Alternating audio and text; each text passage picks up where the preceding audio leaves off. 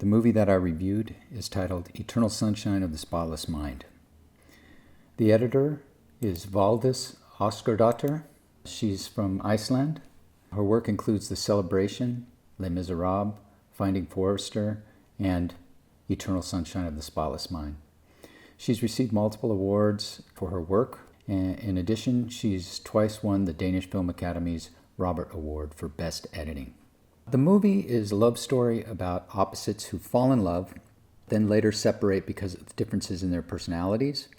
They both then undergo medical procedures that attempt to erase their memories of each other. The procedures are successful, mostly. However, on Valentine's Day, they have this unconscious love for each other. It draws them back to the place where they first met. They meet again as strangers and start their romance all over again. I really like the way that the scenes were arranged. The opening scene is actually Valentine's Day, the morning after the procedure is performed on Jim Carrey's character. But you don't really realize that till the end of the movie. I thought it was a pretty good trick. The editor really fooled me. In that opening scene, there was the use of sound from outside the room to fool the audience, creating a cause and effect fallacy. You hear car doors closing and it sounds like a car colliding with a parked vehicle. And then later you're shown a dented car door. You assume that the sound was the effect of the collision. However, much later in the film, it's revealed that the real source of the sound and the dent were not related at all.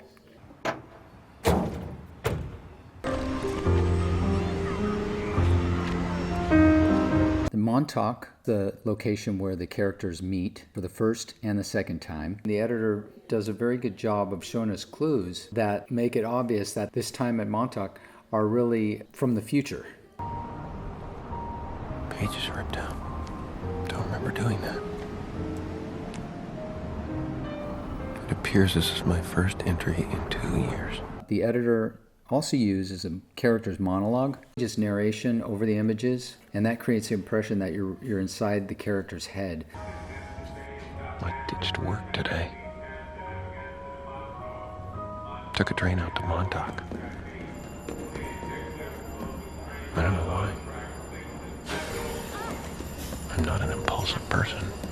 While you're in the procedure, the character is actually asleep. The editor uses match cuts to transition from one time frame to another, so it feels like the character is just moving from one room to another, but there is actually going from one memory to another memory. There's whip cuts, invisible cuts that transition you within the same scene while characters appear, then disappear, and then reappear in another place. I was just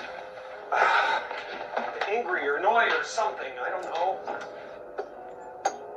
Fading out, clouded scenes, darkening rooms, spotlights on only a portion of the scene, crumbling buildings, they all imply the loss of memories. J-cuts were also used to create the impression that the character, he could hear the conversations of the technicians while he's in this dream state. In this scene coming up, we'll see that the editor has taken away one of Clementine's legs. Here we see Jim Carrey, the store lights are on, it's open. He's running down the street. And he gets to the other end of the street. He finds his car again. He looks back. She's going the other direction. So he runs back. We'll see that the store is now closed with the lights off. And there's his car again. And when we look up, we see the names of the stores are gone. And it's back to the other way.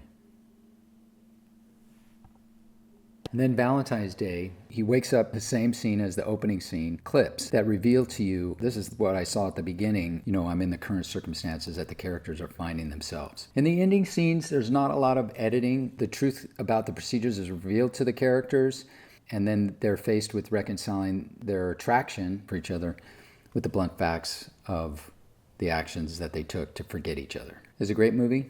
I recommend it for everyone.